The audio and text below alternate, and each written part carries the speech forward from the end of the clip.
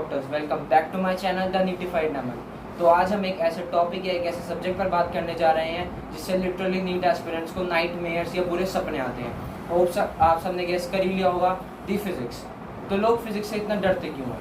क्योंकि तुम उसे बायोलॉजी या इनऑर्गेनिक केमिस्ट्री की तरह रट तो बिल्कुल नहीं सकते।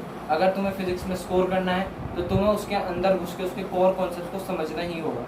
बिलीव मी, मैं भी जब क्लास 11th में आया और मेरा सामना इन बड़े बड़े चैप्टर जैसे काइनेमेटिक्स, मैकेनिक्स, रोटेशन से हुआ तो मुझे भी फिजिक्स से बहुत डर लगा। बट जैसे जैसे मैं क्लास 12 में मूव ऑन करता गया, मेरा फिजिक्स का डर खत्म होता चला गया, क्योंकि मैंने अप्रोच कर लिया था कि फिजिक्स को कैसे सॉल्व करना है। तो आज इस वीडियो में मैं आपके साथ अपने स्ट्रैटेजी शेयर करूंगा, जिसे मैंने 3 स्टेप्स में डिवाइड करा है। और लास्ट तक रुकना जरूर, बिकॉज लास्ट में मैं अपनी एक प्रो टिप भी देने वाला हूँ। तो let's move to the step 1। So this is the time for the step 1. Attend your lecture with full focus, whether it is online class or offline class. तुम्हें अपने लेक्चर फुल फोकस से attend करने ही होंगे, because अगर तुमने 1 minute के लिए भी अपना फोकस आउट करा तो हो सकता है तुम्हारा कोई एक इम्पॉर्टेंट कॉन्सेप्ट लिटरली मिस हो जाए। तो अपने लेक्चर को फुल फोकस से अटेंड करो और जो क्वेश्चन तुम्हारा टीचर तुम्हें क्लास में करा रहे हैं कोशिश करो उसे खुद से सॉल्व करने की। मोस्टली बच्चे यही गलती करते हैं, वो सोचते हैं कि हमारे टीचर हैं, हमें तो बताएंगे क्योंकि हमने पैसे दिए हैं। बट ये सबसे बड़ा ब्लंडर है। अगर तुम उस क्वेश्चन को खुद सॉल्व कर लोगे पहले ही अपने टीचर से, तो तुमको बहुत ज़्यादा कॉन्फिडेंस आएगा और तुम्हें लिटरली वो कॉन्सेप्ट और अच्छे से समझ आएगा। तो उस क्वेश्चन को खुद सॉल्व करने की ट्राई करो, जब तक तुमसे वो ना हो लिटरली फुल फाइट मारो। और अगर एंड में भी वो क्वेश्चन तुमसे नहीं बनता है तो टीचर तो तुम्हारे हैं ही, बट फर्स्ट ऑप्शन ये मत रखना कि हमें हमारा टीचर ही बताएगा। So this is the step 1। Now move to the step 2। Now it's time to the step 2, that is question practice. This is the most important and the crucial step for the physics, because तुम एक chapter के जितने ही ज़्यादा question practice करते हो उतना ही ज़्यादा तुम्हें उस चैप्टर में कॉन्फिडेंस मिलेगा।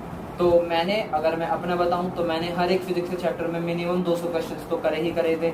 लेकिन जब मेरा सामना इन बड़े बड़े चैप्टर जैसे kinematics, mechanics, rotation, ray optics से हुआ तो इनके मुझे कम से कम 400 क्वेश्चन प्रैक्टिस करने ही पड़े, जब जाके मुझे इनमें कॉन्फिडेंस आया।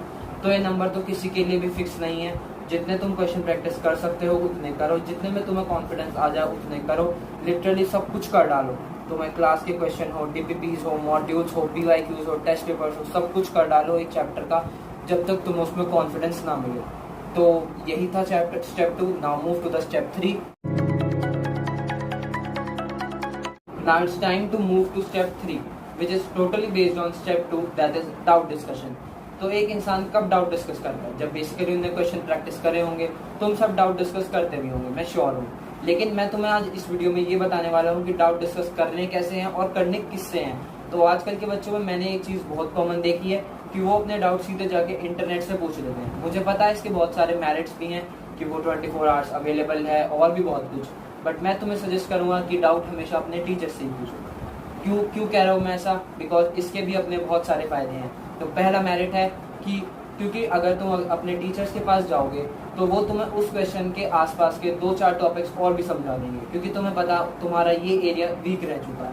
तो इससे तुम्हारा फायदा होगा कि भाई वो क्वेश्चन तो होना ही होना था, उसके आसपास के 2 टॉपिक और स्ट्रॉन्ग हो गए। तो इसका सेकंड मेरिट आता है कि अगर तुम अपने टीचर के पास डाउट पूछने गए और वो हो सकता है तुम्हें इसकी शॉर्ट ट्रिक भी बता दें जिससे तुम्हारा टाइम कम खर्च हो, तो तुम बाकी बच्चों से इस तरह से आगे भी निकल पाओगे। और तुम्हें पता ही है नीट में सारा खेल ही टाइम मैनेजमेंट का है। तो इसलिए मैं तुम्हें सजेस्ट करूंगा डाउट हमेशा अपने टीचर से ही पूछो। इससे तुम्हारा एक हेल्दी इंटरेक्शन भी बिल्ड होगा अपने टीचर की तरफ। So thank you very much. Now it's time to my pro. So this is the time for my pro tip. आपका इस वीडियो में लास्ट तक बने रहने के लिए बहुत बहुत शुक्रिया। मेरी प्रो टिप ये है कि do not ignore physics NCERT at any cost. क्यों कह रहा हूँ मैं ऐसा? क्योंकि नीट 2024 फिजिक्स का पेपर 30% थ्योरेटिकल आया था, जिसे एनसीईआरटी पढ़कर आप बहुत आसानी से बहुत कम समय में उसे सॉल्व कर सकते थे। तो फिजिक्स की एनसीईआरटी को इग्नोर करने का तो कोई चांस नहीं है। अब बच्चे मुझसे पूछेंगे कि भैया क्या हम फिजिक्स की एनसीईआरटी को भी बायो की तरह बार बार पढ़ें? मैं कहूँगा बिल्कुल भी नहीं, इसकी ज़रूरत नहीं है। मैं कहूँगा कि काइनेमेटिक्स, मैकेनिक्स या जितनी भी 11th के चैप्टर हैं मोस्टली, उनकी एनसीईआरटी आप 1-2 बार पढ़िए और उसे हाईलाइट कीजिए, बाद में उसके हाईलाइट्स ही पढ़ लीजिएगा।